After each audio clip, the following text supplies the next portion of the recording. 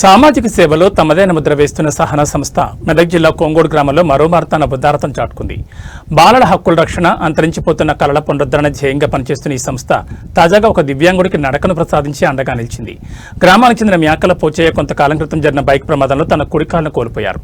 అప్పటి నుంచి కర్ర సాయంతో ఎన్నో ఇబ్బందులు పడుతున్న పోచయ్య పరిస్థితిని సహనా సంస్థ ప్రతినిధులు గుర్తించారు. సంస్థ చైర్మన్ సత్యనారాయణ చొరవతో కోఆర్డినేటర్ మంజుల సానుకూలంగా స్పందించి బాధితుడికి కృత్రిమ కాలుని ఏర్పాటు చేశారు. ఈ సాయంతో పోచయ్య తిరిగి సొంతంగా నడిచి వెసులుబాటు కలగడంపై ఆయన కుటుంబ సభ్యులు హర్షం వ్యక్తం చేశారు.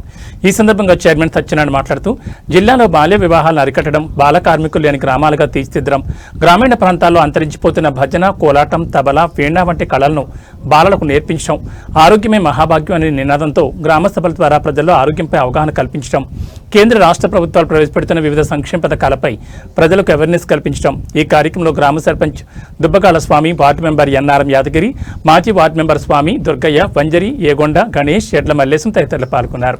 తమకు సహాయం అందించిన సహనా సంస్థ ప్రతినిధులకు బాధితులు పోచయ్య ప్రత్యేక కృతజ్ఞతలు తెలిపారు. నా పేరు సత్యనారాయణ.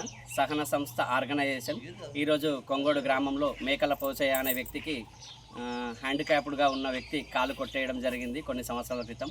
ఈరోజు అతనికి హాస్పిటల్ జీవోదయ సంస్థ వారితో మాట్లాడి నిన్నటి రోజున కాలు పెట్టించడం జరిగింది. గ్రామంలో గ్రామ పెద్దలు సర్పంచ్ గారిని ఆధ్వర్యంలో పెట్టించినని చెప్పడానికి ఈ విషయం తెలియజేస్తున్నాం.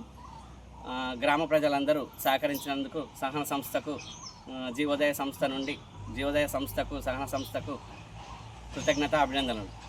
సత్యనారాయణ. నాకు ఒక ఆర్గనైజేషన్ ఉంది, సహన ఆర్గనైజేషన్ ఆధ్వర్యంలో కొంగోడు గ్రామంలో.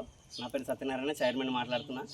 కొంగోడు గ్రామంలో మేకల పోచయ్య అనే వ్యక్తికి సహన సంస్థ నుండి కాలు పెట్టించడం జరిగింది. ఈ సంస్థకు సపోర్ట్ చేసిన జీవోదయ సంస్థ వారికి కృతజ్ఞత, అభినందనలు తెలియజేస్తున్నాను.